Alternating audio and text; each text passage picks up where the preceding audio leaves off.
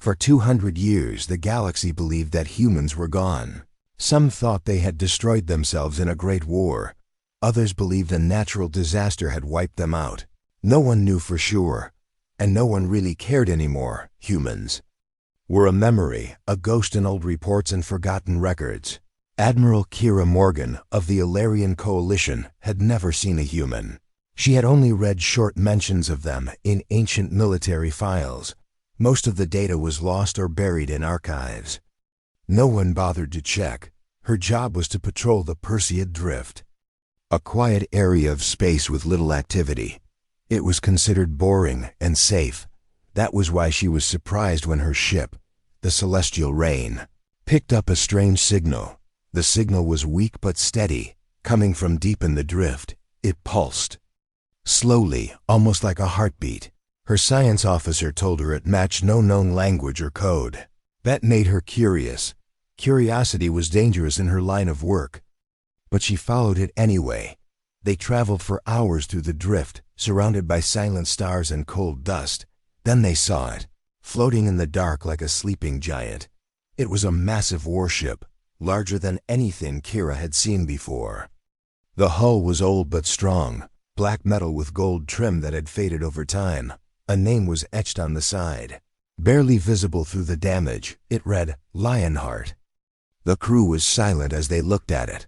The ship was clearly not of Ilarian design, nor any known race. It was human. Kira felt a chill. Could it be real? Could a human warship have survived out here for so long? They scanned the ship, expecting it to be empty, but it wasn't. Life signs were weak but present. Something inside was still alive. Kira ordered a boarding team. Though many of her officers advised against it, she ignored them. She had to see it for herself. The airlock hissed as her team entered the Lionheart. The inside was dark, with only emergency lights flickering. Dust floated in the air, and the walls were covered in old markings and flags. It was like stepping into a museum or a tomb. They moved carefully through the halls, weapons ready. Then they reached the main control room. There, in the command chair, sat a man. His eyes were closed, and ice covered his suit, but monitors showed a pulse. He was alive, just frozen, around him were several other cryopods, each holding more humans in deep sleep. Suddenly, the ship's lights turned on, and a voice echoed through the room. Identity confirmed, crew status critical, initiating recovery protocols. The voice came from the ship's AI, which introduced itself as Atlas. It had maintained the ship for all these years, waiting for the right moment to wake the crew. Kira listened carefully as the AI explained that the Lionheart was part of Earth's final fleet. It had escaped during a crisis but was damaged in transit, forcing it to shut down and hide. Kira contacted her command, reporting everything. But she left out some details. She didn't know why. But something in her told her to wait. She wanted to talk to the human first, to understand him. She stayed on the Lionheart as the cryosystem slowly warmed the man in the command chair. After a few hours, he opened his eyes. He looked around, confused, then saw Kira. "Where am I?" he asked. Voice dry and weak. "You're safe for now," Kira said. "I'm Admiral Kira Morgan of the Ilarian Coalition." He sat up slowly, pain showing on his face. "How long?" he asked. 184 years. She answered. He closed his eyes and took a deep breath. "Earth," he whispered. "Gone," she said, her voice soft. "No one knows what happened, just that your people vanished." The man nodded like he had expected it. "Name's Elias Hart," he said. "Commander, Terran Defense Fleet."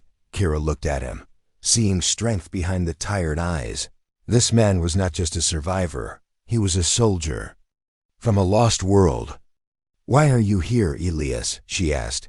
"We were running," he said. "Running from something big." "Something wrong. What happened?" "We were betrayed," he said. "We trusted the wrong people, and they tried to erase us." Kira felt a strange emotion in her chest. It wasn't fear or pity. It was something else. She knew this was the beginning of something huge, a storm that had been waiting for a long time to return. The galaxy had moved on, but the Lionheart had not, and now it had woken up in the dark void. The forgotten flame of humanity began to burn again. The ship creaked as power flowed through its ancient bones. Lights flickered back to life one by one, slow and unsure. Like memories returning after a long sleep, Atlas, the ship's AI, monitored every system carefully, repairing what it could, holding together what it couldn't. Deep inside the core of the Lionheart, life stirred. Elias' heart lay in his cryochamber. Heart beating slowly, mind drifting in cold silence. Then warmth came, creeping like sunlight after a long winter. His eyes opened, and he gasped. Pulling in his first breath in nearly 2 centuries, he sat up coughing, chest heavy with time. Around him, the other cryopods began to light up. 3 of his crew were waking with him. Faces pale and eyes wide. They didn't speak at first. Just looked at one another, unsure if this was still a mission or some strange dream. "Commander Elias Hart," Atlas said, its voice calm. "You have been in cryogenic stasis for 184 years. Systems are functional at 63%. You are aboard the warship Lionheart, currently docked with a foreign vessel." "Foreign vessel," Elias muttered, rubbing his temples. "Who found us?" "The Alarian Coalition, led by Admiral Kira Morgan," Atlas answered.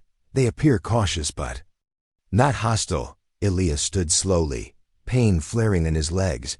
He reached for his old coat, still hanging on a nearby hook. The fabric was stiff and faded, but it fit like memory. "Status of Earth?" he asked.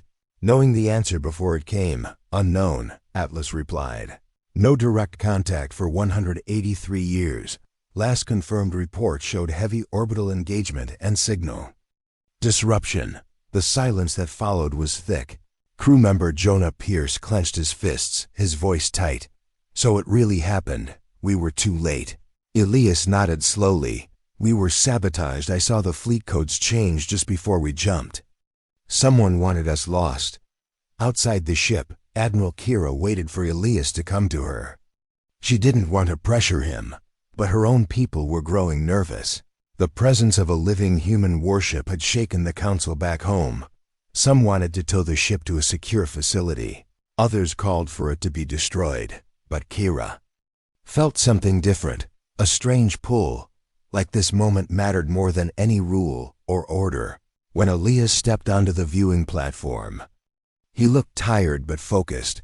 His dark hair was streaked with gray, and his uniform had seen better days. Still, he stood tall, like a man used to command. "Admiral," he said, offering a short nod. "Commander," Kira replied, watching him carefully. "You and your crew are alive. That alone is a miracle. A miracle for whom?" Elias asked, voice steady. "Your people believe we're extinct. Some might prefer it stayed that way." Kira didn't answer right away. Instead, she said, "What do you plan to do?" Elias turned to look out at the stars. "I need to know if anyone else survived. Not just my crew. Others may have escaped. Colonies might still be out there. We found something else," Kira said, holding out a data pad. "Your ship has been quietly sending out signals. They bounced off deep space relays, all pointing to locations far beyond mapped territories." Elias took the pad and stared at it. "Survivor codes," he whispered. "These are from Terran fallback units, emergency colonies. There could be more like you," Kira said. "Then we find them," Elias replied, his voice firm. Back aboard the Lionheart, the crew began waking more pods, reviving engineers and pilots. The ship came alive again, each section buzzing with motion and purpose. Old weapons were tested, shields brought back online, and engines warmed after nearly 2 centuries of sleep. Atlas guided them with quiet efficiency. The Lionheart was built for endurance, it said, but her mission was always to protect, not to conquer. Elias walked the halls like a man chasing shadows. Everywhere he looked were memories of people he knew, faces he would never see again. Still, every system restored was a promise, a signal that humanity was not yet done. Kira visited often, watching as the human crew rebuilt their home. She started asking questions, simple ones at first. What Earth was like, what the war meant, what the Terran Defense Fleet believed in. Elias answered patiently, sometimes with a half-smile, sometimes with pain in his eyes. They began to understand each other, two officers from different worlds, drawn together by duty and the heavy weight of history. In the deep quiet of the Perseid drift, something old had awakened. It was more than metal and circuits, more than lost soldiers. It was an idea, a fire buried beneath ash, waiting for breath to rise again. The galaxy believed humans were gone, but the Lionheart had returned, and with it came questions, fears, and a future that no one had planned. 4. Elias looked out at the stars, eyes burning with determination. They erased our past, he said, but they didn't end us. We're still here, and we remember. The stars around the Lionheart had never seemed so silent. After almost 2 centuries in the dark, the ship now moved under its own power, its engines humming like an old song remembered. The galaxy hadn't welcomed it with open arms, but that didn't matter to Elias' heart. He wasn't here to be welcomed. He was here to uncover the truth. Admiral Kira Morgan watched the ship from her flagship, the Celestial Rain. She had seen many vessels in her career, but none like the Lionheart. It felt more alive than metal should. It wasn't just the age or its terrifying strength. It was the presence of something deeper, the soul of a people. Thought to be gone, Elias had begun decoding the survivor signals, one by one. They came from places no one charted, any more burned systems. Dark colonies, empty stations, each one pulsed with a human signature, faint but stubborn, like candlelight in a storm. Atlas pulled up a cluster of coordinates from a hidden archive. The data was protected by military codes long considered lost. The location suggested more than random escape. They suggested a plan, a scattered network of fallback points, designed to keep humanity alive no matter the cost. Elias knew what it meant. They weren't the only ones. Somewhere out there, others had survived, built, endured.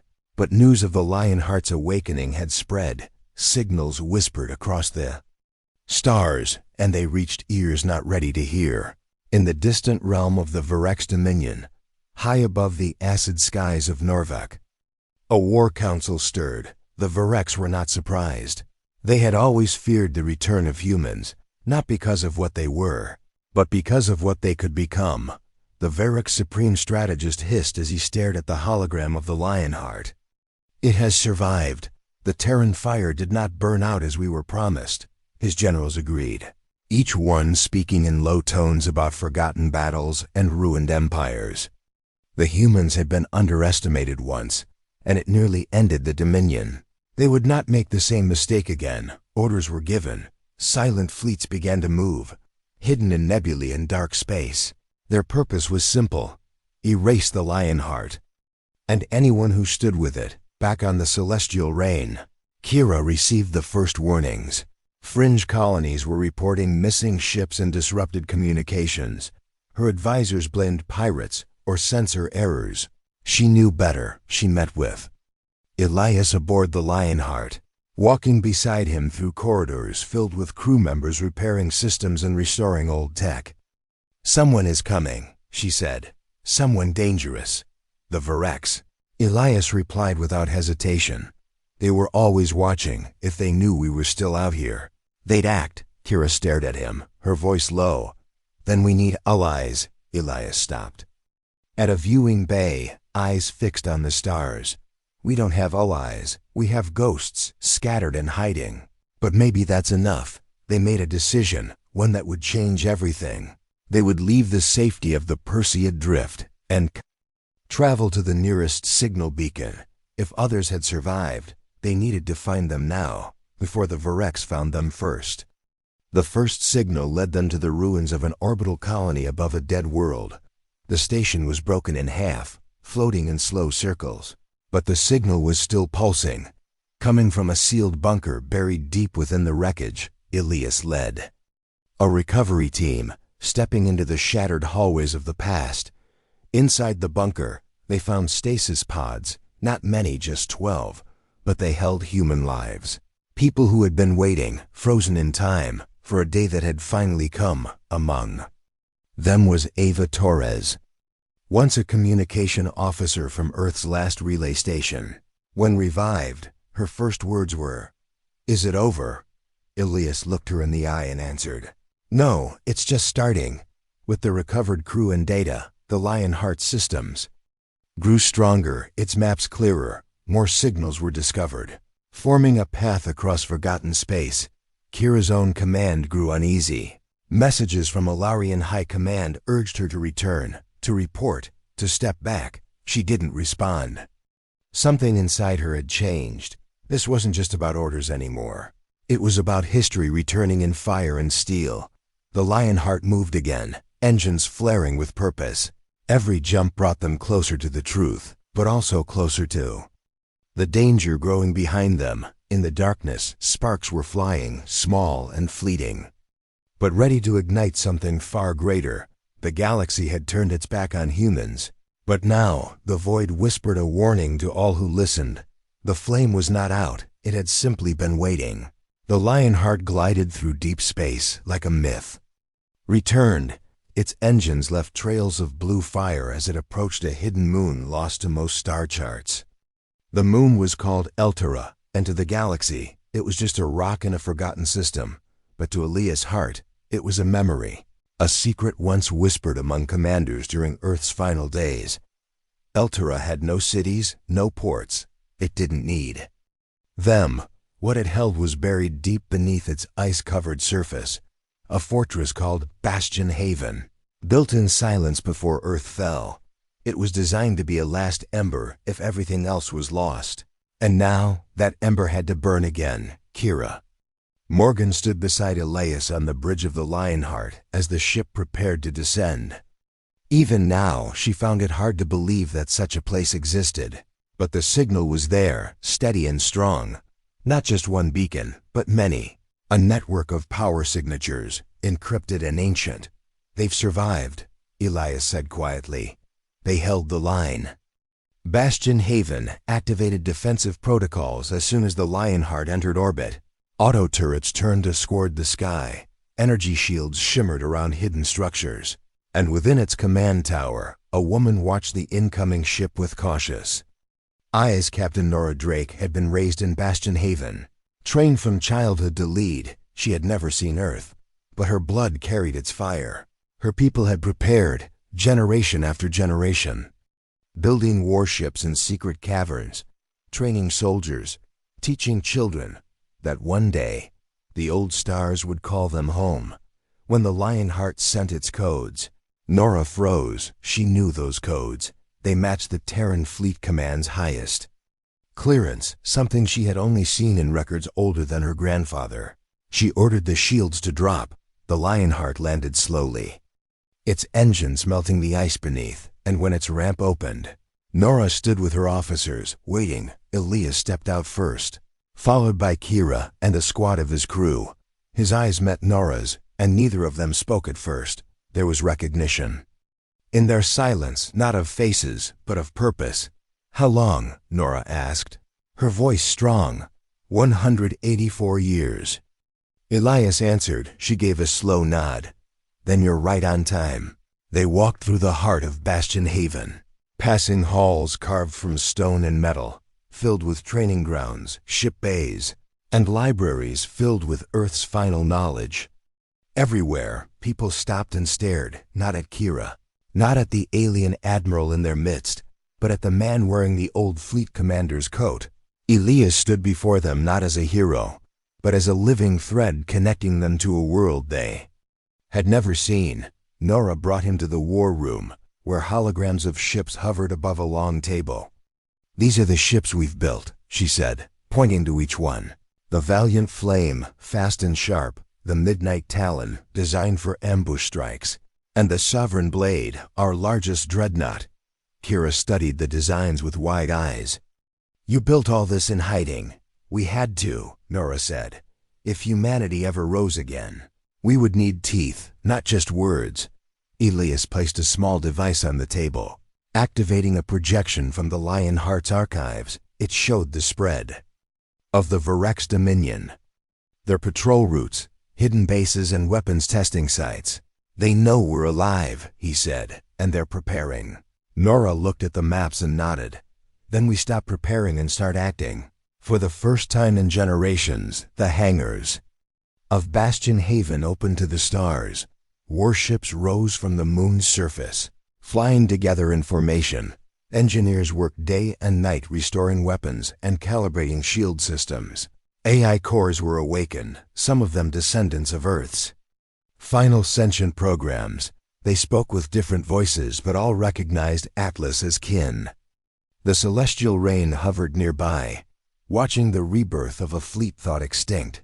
Kira spoke to her own crew, calming their fears, reminding them that they were not just witnesses to history, but part of it. The Armada grew stronger with each hour, not just in numbers, but in resolve. They were no longer ghosts, no longer echoes of the past. They were warriors reborn. As the stars turned above Eltara, Elias stood before the assembled captains of the Terran fleet. Old and new, we are not survivors, he said, his voice firm. We are the continuation of a legacy that never died, and now we sail not to hide, but to be seen, the Varex thought. They had buried humanity beneath silence and time, but now the silence was broken, the Armada was awake. The stars no longer felt distant. The Terran Armada was real, now not a whisper. Not a myth, but a fleet with names, captains, and missions.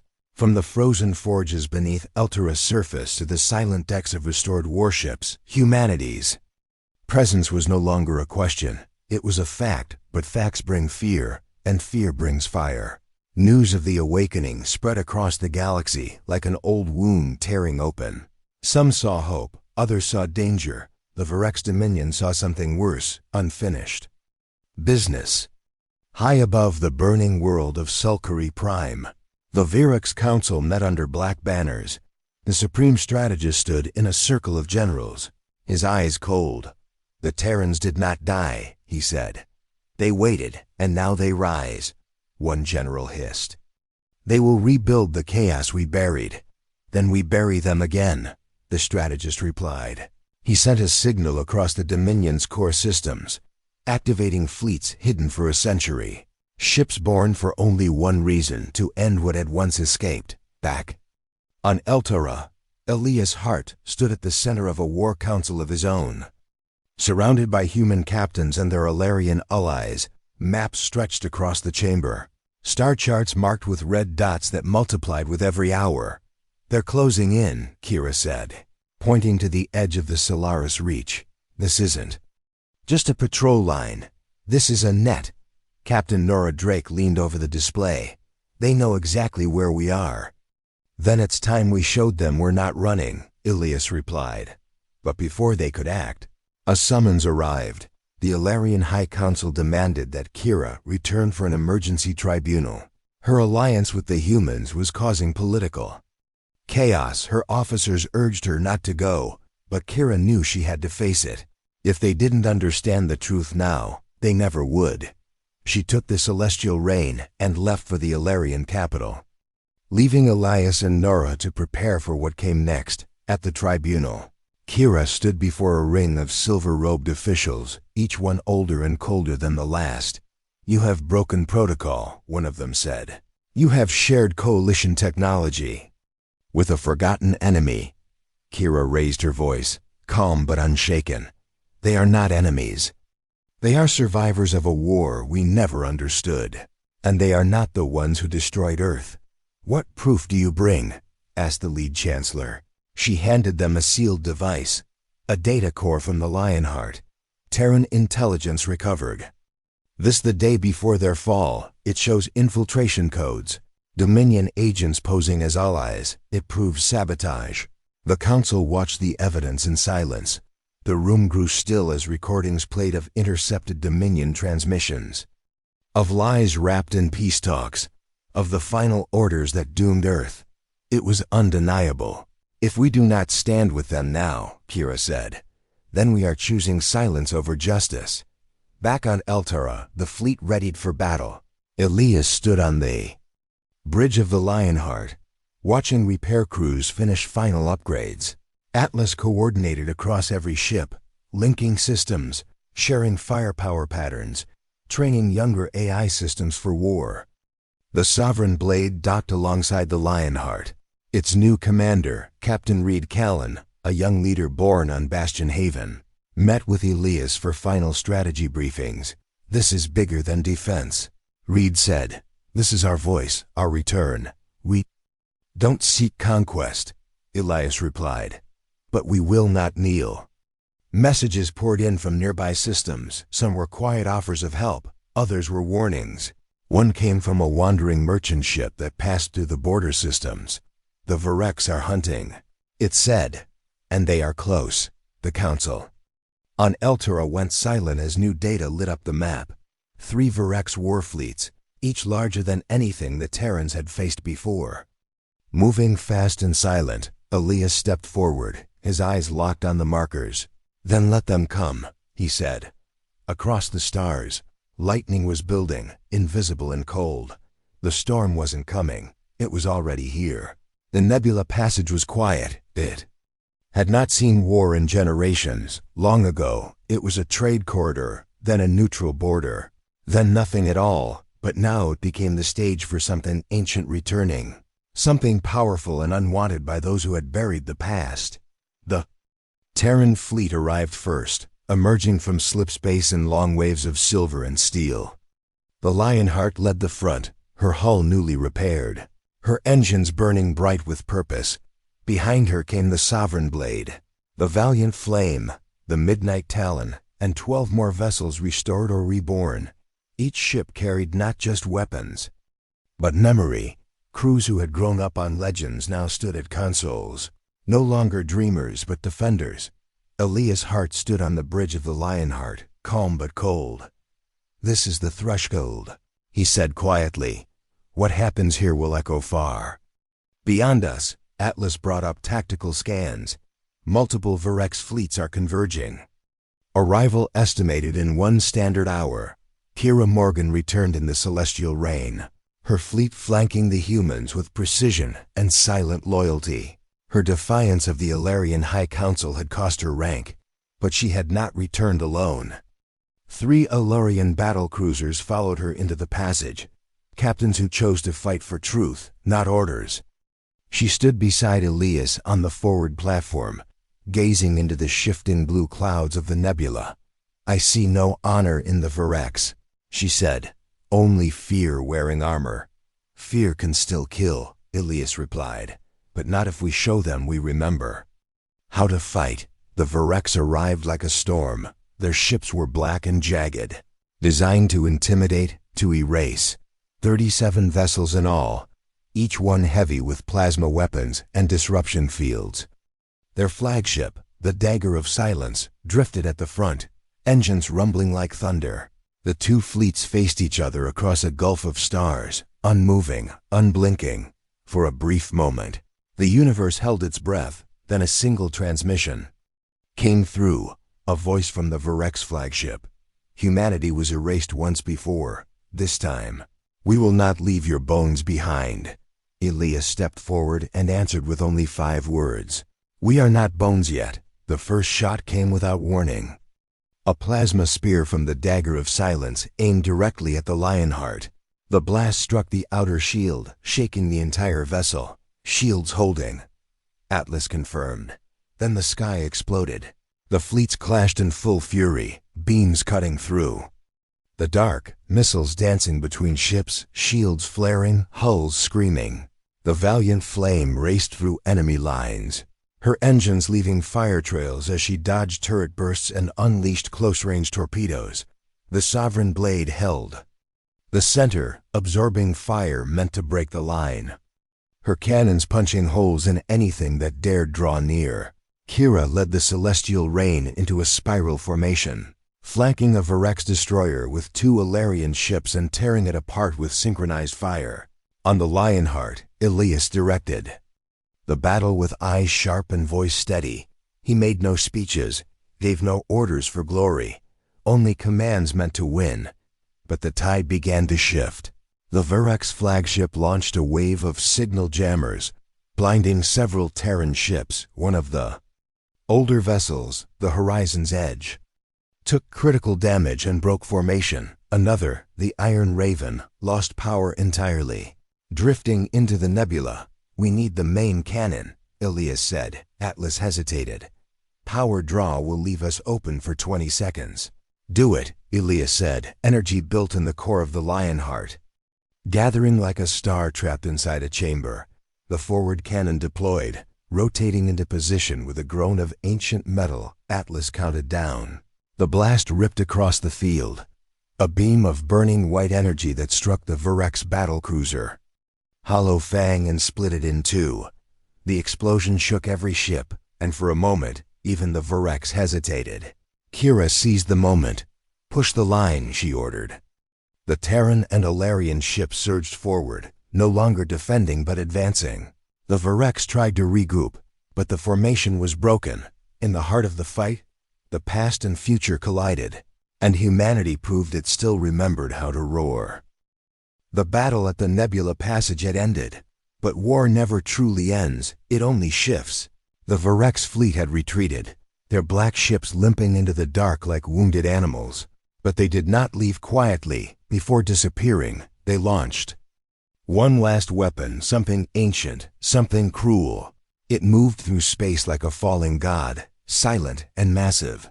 The Terran scanners barely registered it until it was almost too late. A planet killer designed for one purpose: erase Bastion Haven. Atlas detected it first. Incoming object, classified, extinction class device. The eye reported, targeting Eltara, impact in 38 minutes. Elias' heart felt the floor shift beneath him. Not from the ship, but from the weight of what was coming. "Send immediate warning to Bastion Haven," he said. Kira Morgan was already moving, barking orders, her fleet turning to intercept. "We won the fight, but they want to win the story," she said. "We cannot let that happen." Captain Nora Drake stood at the command deck of the Midnight Talon, listening to the countdown. She had trained her whole life for war, but not for this. No one had. The planet killer was shielded and fast, too fast. Every simulation showed the same result. Bastion Haven would be gone. The moon would fracture, the base would vaporize, and the last root of humanity would be ash.